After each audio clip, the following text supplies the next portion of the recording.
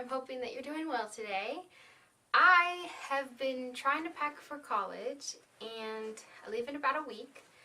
One of the most important things to me was to have books to bring. And I have a pile here that I have very thoughtfully put together.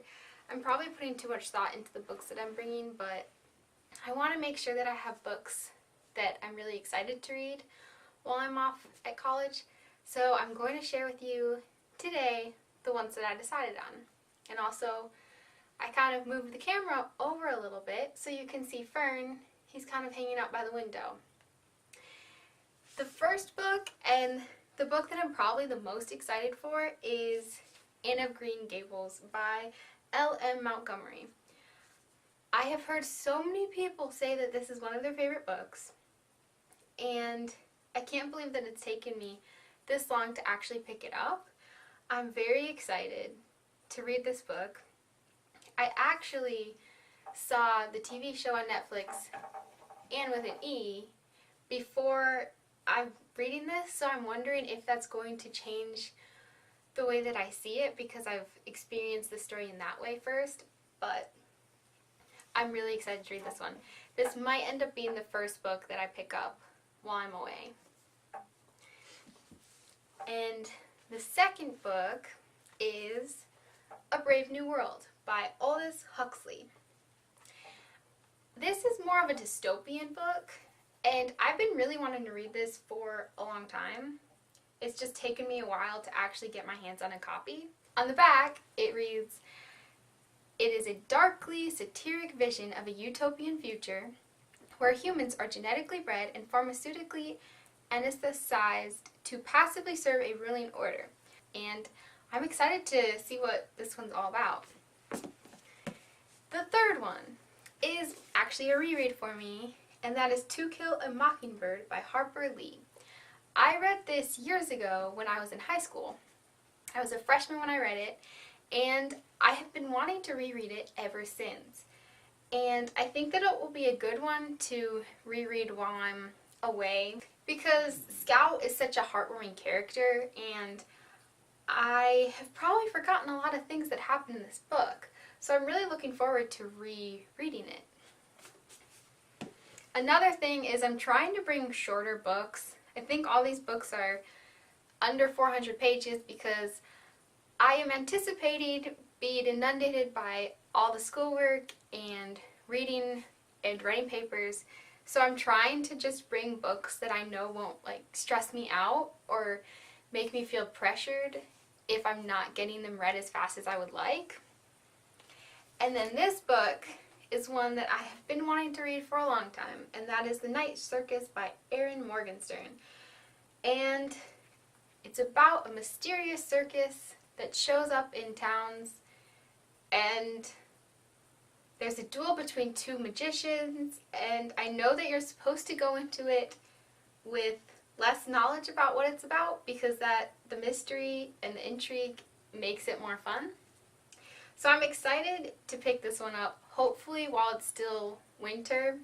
I'm thinking that this will be the type of book that I read and I'm transported to another place. So if I'm stressed out with schoolwork and I need 30 minutes to just be somewhere else and rest my mind, this would be a good book to read. The next book is The Penelopiad by Margaret Atwood, The Myth of Penelope and Odysseus. And so I'm excited to read this to see what Margaret Atwood has added to the story in her own analysis and thoughts on it.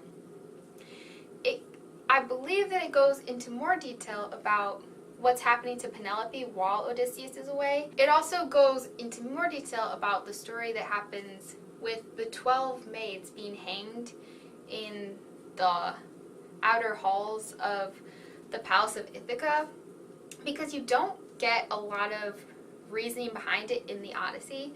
So I think that Margaret Atwood has made up her own story in her imagination to explain why that has happened. The next book that I want to pick up is The House at Riverton, a novel by Kate Morton. And I want to pick this up because it's part of a book club in February, so I'm hoping to get to it in that month so I can participate in the discussion.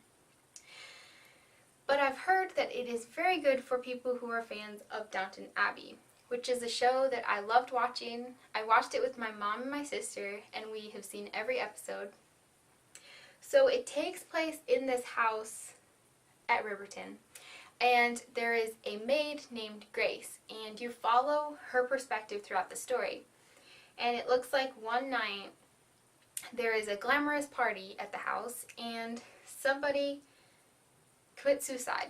And the maid and the daughter of the household have witnessed something that had to do with the suicide, and they know part of this mystery that's occurred, but they have not told anyone. And so I believe that this story follows the unraveling of the secrets and the truth getting out. It also looks like it takes place in 1924. So I think that will be a fun read. And the last book that I'm planning on bringing with me is The Power of Positive Thinking by Norman Vincent Peale. I think that's his name. I don't know. But I read this in high school, and I remember at the time I really liked it, and I thought that it was influential. And I have not read it since then, but I'm very curious to reread it and to see if my thoughts have changed since reading it then. I'm trying to bring a few classics, a nonfiction book, so that I can achieve my goal and continue to read nonfiction classics throughout the year. And then I'm hoping to swap out these books when I come home for spring break, and then I'll bring a whole new pile then. I just want to make sure that I don't bring so many books that I'm not going to read anyways. So I thought this pile would be a good selection to have with me while I'm going to class and needing a little bit of a reading break.